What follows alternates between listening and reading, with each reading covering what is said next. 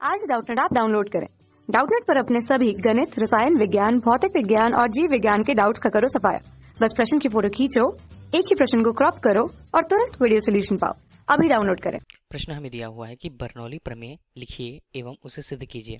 इस प्रकार से यदि हम किसी द्रव की बात करते हैं तो द्रवों के धारारेखीय प्रवाह के गणना संबंधी यहाँ पर नियम के आधार पर बर्नौली नामक वैज्ञानिक ने एक प्रमेय दिया था जो ऊर्जा संरक्षण के नियम पर आधारित था, जिसे हम बोलते हैं बर्नौली प्रमेय, जिसके अनुसार जब कोई आदर्श द्रव हम किसे कहते हैं जो असंपीड्य होती है, जिसे संपीडित नहीं किया जा सकता, और अश्यान मतलब जिसकी श्यानता नहीं होती है, एक आदर्श द्रव हम कहते हैं।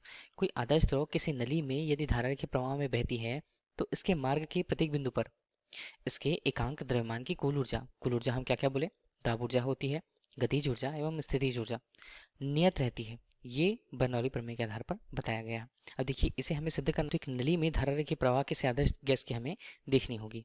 देखिए, इसके लिए हमने क्या किया, असमान परिच्छेद वाला एक नली लिया हुआ है जिसे हमने पृथ्वी तल से किसी एक निश्चित ऊंचाई पर रखा हुआ है। तो देखिए, इसके क्या हुए, दो छोर हुए। तो पहले छोर को यदि हम पृथ्वी तल से ऊंचाई पर माने, एक निश्चित ऊंचाई तक, इसे H1 पर माना, और देखिए दोनों हिस्सों को, जो असमान अनुप्रस्थ परिच्छेद वाली नली है, इसमें पहले परिच्छेद को O1 से और दूसरे उसके परिच्छेद को O2 से हमने प्रस्तुत कर रखा है।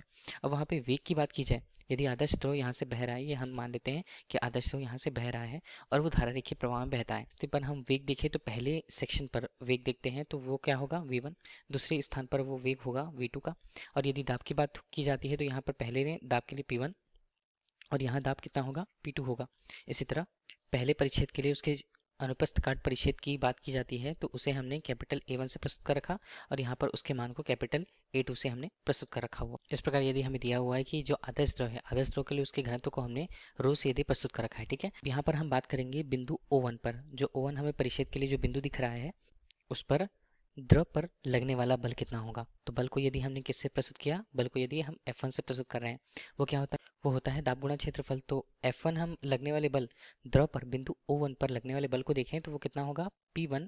और A1 के O1 से संबंधित जो परिच्छेद वहां पर है, उस परिच्छेद से प्रति सेकंड हम बात करते हैं, प्रति सेकंड निकलने वाले द्रव पर जो कार्य होता है, तो वो कार्य यदि हम देखें तो कार्य को किससे प्रस्तुत करेंगे, इससे हम W1 से प्रस्तुत करेंगे। कार्य क्या होता है, लगने वाला बल गुणा उसके लिए विस्थापन का मान। तो विस्थापन यहाँ पर कितना होगा, वेग के अनुसार। वेग यहाँ पर कितना दिया है, प्रति सेकंड में वेग दिया हुआ है कि कितनी दूरी वो चलते तय करती है, तो उसे हमने V1 से प्रस्तुत कर रखा। तो W1 हमारे पास कितना होगा, P1 A1 V1 के रूप में। ये हमारे लिए मिला परिच्छेद A के लिए। अब हम बात करते हैं परिच्छेद O2 के लिए। O2 पर लगने वाले बल F2 के रूप में प्रस्तुत करेंगे, मान कितना होगा, P2 गुणा A2 के रूप में, ठीक है। अब यहाँ पर उस प्रति सेकंड उस परिच्छेद में द्रव पर किए जाने वाले कार्य, जिसे हम किससे प्रस्तुत करें, W2 से प्रस्तुत करते हैं, मान क्या होगा, P2 A2 गुणा यहाँ पर वेग होगा V2 के रूप में। तो हमें दोनों परिच्छेदों पर प्रति सेकंड निकलने वाले द्रव पर किए गए कार्य मालूम पड़ गए हैं। तो यहाँ पर हम बात करते हैं कुल कार्य की। तो कुल कार्य कितना हुआ यहाँ पर, दोनों स्थितियों को यदि हमने तुलना करी है तो W1 ऋण W2, W1 W2 का मान कितना होगा, P1 A1 V1 ऋण P2 A2 V2 के रूप में। इसे हम ले लेते हैं और फिर से यहाँ पर हम लिख लेते हैं W1 W2 के रूप में, और ये जो हमें मिला हुआ है उसे ले लेते हैं समीकरण 1 के रूप में। ये हम बात करते हैं अविरतता के सिद्धांत पर। हम क्या बोल पाते हैं, किसी परिच्छेद से A1 और उसमें गुजरने वाले द्रव के लिए उसके वेग के गुणनफल का मान दूसरे परिच्छेद से और उसके क्षेत्रफल और उसमें से बहने वाले द्रव के लिए उसके वेग का गुणनफल बराबर होता है। ये होता है अविरतता का सिद्धांत। इस आधार पर ये A1 V1 या A2 V2 हमें क्या बता रहे हैं, ये हमें बताते हैं द्रव के प्रवाह की दर। इसका मतलब है कि प्रति सेकंड बहने वाले द्रव का आयतन कितना है उस परिच्छेद से, वो यह बताता है। तो हमें यदि निकालना है कि एकांक समय में बहने वाले द्रव का द्रव्यमान, द्रव्यमान को m से प्रस्तुत करते हैं।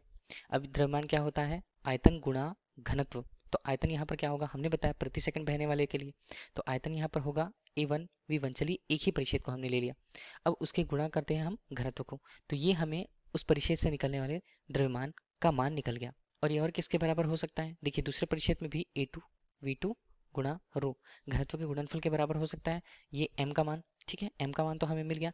अब हम इन्हें कहाँ कहाँ रखें, देखिए A1 V1 यदि हमने लिया तो वो क्या होगा, m अनुपात रो के रूप में। इसी तरह हमने A2 V2 लिया तो ये हमारे पास क्या होगा, ये भी m अनुपात रो के रूप में। अब देखिए इसमें मान को हम देखते हैं समीकरण 1 से।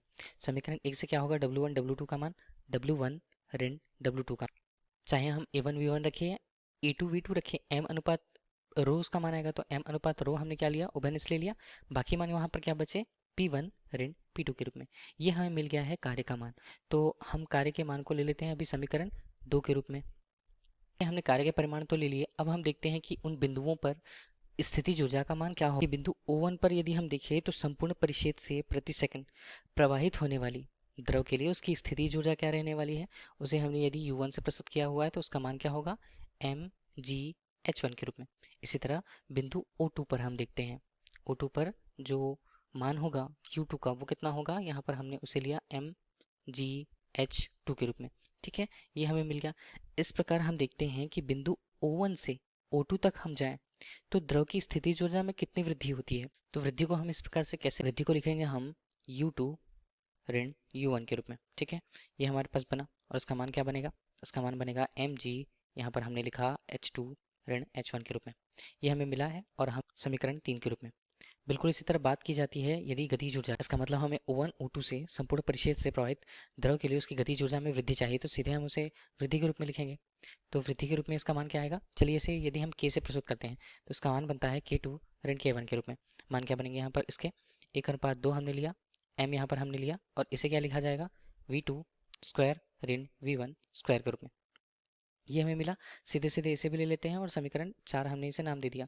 अब हम यहाँ पर देखने वाले हैं कि ऊर्जा संरक्षण नियम किस प्रकार से यहाँ पर बनता है। तो ऊर्जा संरक्षण नियम क्या बताता है, ऊर्जा संरक्षण नियम के अनुसार द्रव पर किए गए कुल कार्य जो है वो उनमें, मतलब उस द्रव के लिए उसकी गतिज ऊर्जा में स्थितिज ऊर्जा में वृद्धि के बराबर हो। किस प्रकार से लिखें, इसे हम लिखते हैं यहाँ पर W1 ऋण W2 और बराबर मान यहाँ पर क्या आता है, ये आता है हमारे पास U2 ऋण U1 के रूप में। और यहाँ पर जो मान आएगा गतिज ऊर्जा में वृद्धि को K2 ऋण K1 से प्रस्तुत करेंगे और सभी मानों को हम रख देते हैं। W1 W2 का मान कितना आएगा, P1 ऋण P2 के रूप में, m अनुपात यहाँ पर इसका मान आएगा रो के रूप में। ठीक है, इसके अलावा U2 हमारे पास कितना है, U2 हमारे पास है m गुणा g, यहाँ पर मान बनता है h2 ऋण h1 के रूप में। साथ ही K2 ऋण K1 का मान यदि हम देखें तो 1:2 m यहाँ पर होगा v2 वर्ग के रूप में या v1 स्क्वायर या वर्ग के रूप में। अब देखिए m और रो को हम उस तरह पक्षांतरित कर देते हैं, m और m के मान कट जाएंगे, हमारे पास मान बचेगा P1 ऋण P2 का केवल। ये मान यहाँ पर क्या बनते हैं, आगे हमारे पास बनेंगे रो जी, देखिए अब सीधे लिखेंगे हम उसे रो जी h2 रो जी h1 के रूप में। और यहाँ पर मान क्या बनेंगे, 1:2 रो v2 स्क्वायर के रूप में और यहाँ पर 1:2 रो v1 स्क्वायर के रूप में। देखिए सारे पद जो एक के पद हैं उसे हम एक तरफ ले आते हैं, ये मान बनेगा P1 धन यहाँ पर बनता है रो जी h1 और यहाँ पर बनता है 1:2 रो v1 स्क्वायर के रूप में। इसी तरह यहाँ पर मान आती है P2 धन रो जी h2 और धन 1:2 रो v2 स्क्वायर के रूप में। तो ये जो हमें समीकरण अभी मिला हुआ है यही हमें बता रहा है कि एकांक आयतन पर द्रव पर किसी बिंदु पर, किसी भी बिंदु पर जो ऊर्जा है इस प्रकार से नियत होती है, मतलब ये नियतांक होता है। इस प्रकार से हम क्या कर सकते हैं, अन्य बिंदुओं पर भी इन मानों को अप्लाई करेंगे या लागू करेंगे तो इनके मान भी सत्य होंगे। तो ये हमें क्या किस में मिला है, एकांक आयतन पर। तो इसे हमने लिखा P धन रो जी एच धन 1:2 रो v वर्ग के रूप में। किस में मान आएगा, ये आएगा मान नियतांक के रूप में। यही ऊर्जा प्रत्येक बिंदु पर हमें एकांक द्रव्यमान के रूप में लेनी है, तो हमने क्या करें, अब हम करते हैं इस स्थिति पर रो या घनत्व, जो घनत्व है उसका भाग यहाँ पर हम करते हैं। तो इसका मान क्या होगा, P अनुपात रो धन GH धन यहाँ पर 1:2 v वर्ग के रूप में। ये क्या होगा, ये भी होगा नियतांक के रूप में। ठीक है, ये जो हमें मिला है नियतांक होगा, तो ये एकांक द्रव्यमान की स्थिति को बता रहा है। यही हमें सिद्ध करने का कहा गया था, यही बर्नौली प्रमेय को बता रहा है। धन्यवाद। कक्षा 6 से 12वीं से लेकर नीट IIT JEE वो एडवांस के लेवल तक 1 करोड़ से ज्यादा छात्रों का भरोसा। आज ही डाउनलोड करें डाउटनेट ऐप या व्हाट्सएप करें अपने सारे डाउट्स 8400 400 400 पर।